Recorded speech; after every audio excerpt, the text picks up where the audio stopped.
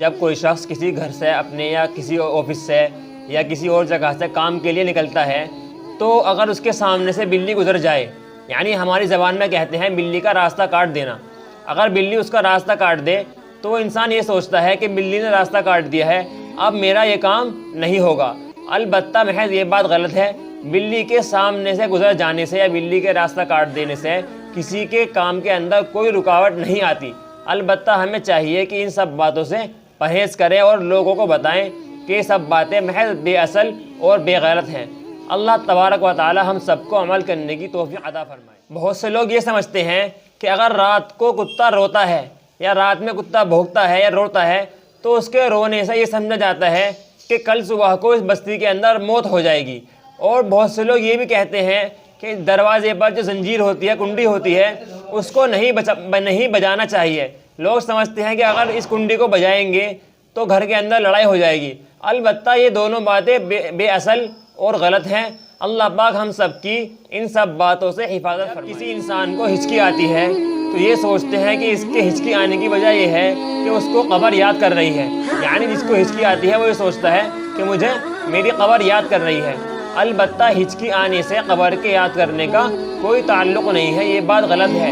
اگر کسی کو ہچکی آتی ہے قبر تب بھی یاد کرتی ہے، اور ہچکی نہیں آتی تب بھی قبر یاد کرتی ہے۔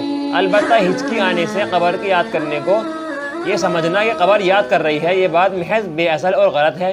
اللہ پاک ہم سب کی حفاظت فرمائے۔ کسی کے پیٹھ پیچھے اگر کسی انسان کا تذکرہ کیا جاتا ہے، یعنی ذکر کیا جاتا ہے، اور جبھی یا اس کے تھوڑی دیر کے بعد وہ انسان آ جاتا ہے تو لوگ یہ کہتے ہیں کہ ماشاءاللہ بڑی لمبی عمر ہے آپ کی، تو ابھی آپ کا نام لیا تھا فوراً آپ آ گئے۔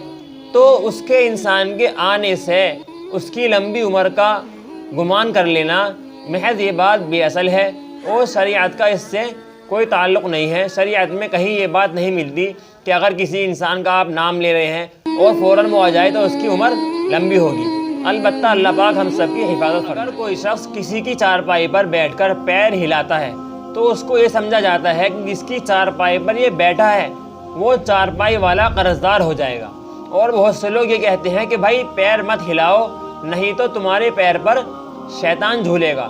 البتہ یہ دونوں باتیں بالکل غلط اور بے اصل ہیں، شریعت سے ان کا کوئی تعلق نہیں ہے۔